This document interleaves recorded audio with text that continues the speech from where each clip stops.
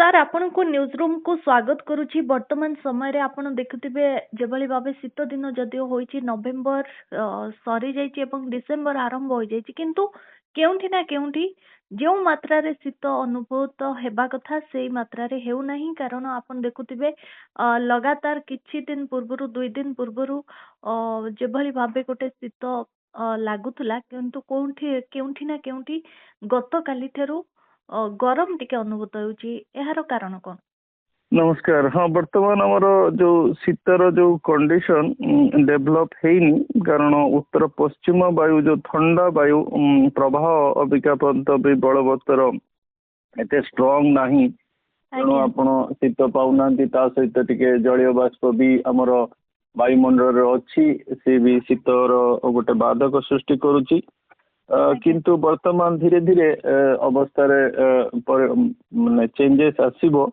ପ୍ରଥମ କଥା ହଉଛି ଆପଣ କାଲିଠୁ ଆମର ଯୋଉ ପ୍ରଭାବ ଯୋଉ ହଉଛି 7 ରୁ 9 ପଶ୍ଚିମା ଝଡର ପ୍ରଭାବରେ ଉତ୍ତର ଭାରତରେ ବି ଆଉ ଓଡିଶା ବି ଆଂଶିକ ରୂପେ ପ୍ରଭାବିତ ହବାର ସମ୍ଭାବନା ଅଛି। ତେଣୁ ବାଦଲ ମାନେ ମତେ ଲାଗୁଛି କାଲିଠୁ ଓଡିଶାରେ ଆମର ଧୀରେ ଧୀରେ ଯୋଉ କଭରେଜ କ୍ଲାଉଡ କଭର ଆରମ୍ଭ ହବ।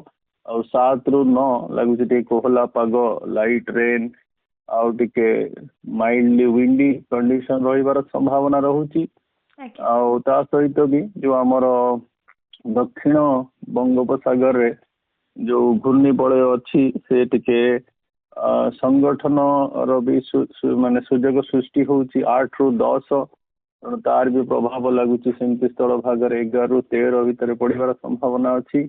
ତେଣୁ ବର୍ତ୍ତମାନ ଯୋଉ ନେକ୍ସଟ 3 ଦିନ ଆସୁଛି, ଆମର ଗୋଟେ ଟ୍ରାନଜିସନ ଫେଜ ରହିବା, ଯେ ବର୍ତ୍ତମାନ ଶୀତ ଏତେ ନାହିଁ, ତାପରେ ଟିକେ କୋହଲା ପାଗ, ତାପରେ 9 ତାରିଖ ପରେ ବାଦଲ ମାନେ ଟିକେ କ୍ଲିୟର ଆଉଟ୍ ହେଇଯିବାର ସମ୍ଭାବନା ଅଛି। ଆଉ ଆପଣ 9 ତାରିଖ ପରେ ପରେ ମତେ ଲାଗୁଛି ଶୀତର ଗୋଟେ ପୁଣି ଅନସେଟ୍ ହବ। ଆଉ ଏଥର ଟିକେ ଅଧିକ ଶୀତ ବି ପଡିବାର ସମ୍ଭାବନା ରହୁଛି।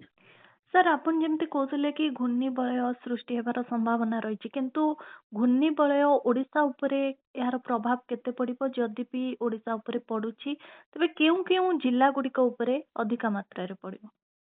ନାଇଁ, ବର୍ତ୍ତମାନ ଆମେ ଯୋଉ 7 ରୁ 9 ବିଷୟରେ କଥା ହଉଛୁ, ସେଟା ଘୂର୍ଣ୍ଣିବଳୟର ପ୍ରଭାବ ପଡିବନି, ସେଟା ପଶ୍ଚିମା ଝଡର ପ୍ରଭାବ ପଡିବ। ଘୂର୍ଣ୍ଣିବଳୟ ବର୍ତ୍ତମାନ ଆମର ଦକ୍ଷିଣ ପୂର୍ବ ବଙ୍ଗୋପସାଗରରେ ଅଛି। ଟିକେ ସଂଗଠନ ଯଦିଓ ବାଦଲ ମାନେ ଫର୍ମେସନ ହେଇଗଲାଣି, କିନ୍ତୁ ଏକତ୍ରୀକରଣରେ ବାଧକ ସୃଷ୍ଟି ହଉଛି। କାରଣ ସେ ଦକ୍ଷିଣ ପୂର୍ବ ବଙ୍ଗୋପସାଗରରେ ଏତେ ଅନୁକୂଳ ପରିବେଶ ନାହିଁ, ବାୟୁର ଚଳନରେ ଟିକେ ବାଧା ଅଛି।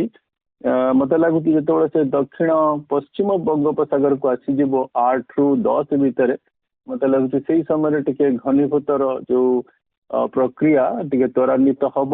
ଆଉ 11 ରୁ 13 ଯୋଉ ସମୟ ରହୁଛି, ସେଇଟା ଆମର ଦକ୍ଷିଣ ଭାରତର ରାଜ୍ୟ ଯେମିତି ତାମିଲନାଡୁ, କେରଳ, କିଛିଟା ଆନ୍ଧ୍ରପ୍ରଦେଶ, ଏଇ ସବୁ ଅଞ୍ଚଳ ପ୍ରଭାବିତ ହବାର ଅଛି।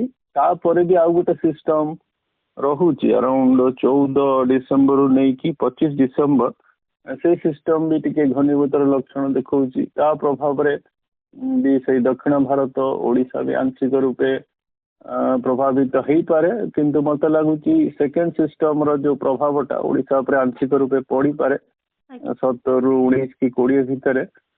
ସେତେବେଳେ ବି ଗୋଟେ ଆମର ପଶ୍ଚିମା ଝଡର ବି ପ୍ରଭାବ ରହୁଛି 11 ରୁ 13।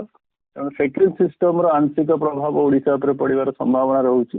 କିନ୍ତୁ ଯୋଉ 7 ରୁ 9 ର ପିରିୟଡ ରହୁଛି, ସେତେବେଳେ ପଶ୍ଚିମା ଝଡ ପ୍ରଭାବରେ କିଛିଟା ଜାଗାରେ ହାଲକା ବର୍ଷା, ଗୋଟେ ଓଭରକାଷ୍ଟ କଣ୍ଡିସନ, ବାଦଲ ଢାଙ୍କି ରହିବା, ଆଉ ମାଇଲ୍ଡ ୱିଣ୍ଡ କଣ୍ଡିସନ, ଏଇ ସବୁ କଣ୍ଡିସନ 7 ରୁ 9 ଭିତରେ ରହିବାର ବହୁତ ସମ୍ଭାବନା ଅଛି। ପର୍ଟିକୁଲାରଲି 8 ଆଉ 9 ଓଡିଶା ସହିତ ଆମର ଯୋଉ ପାର୍ଶ୍ୱବର୍ତ୍ତୀ ରାଜ୍ୟ ମାନେ ଅଛନ୍ତି, ଛତିଶଗଡ, ଝାଡଖଣ୍ଡ, ବିହାର, ସେମାନେ ବି ପ୍ରଭାବିତ ହେଇପାରନ୍ତି 7 ଆଉ 9 ଯୋଉ ପଶ୍ଚିମା ଝଡର ପ୍ରଭାବରେ।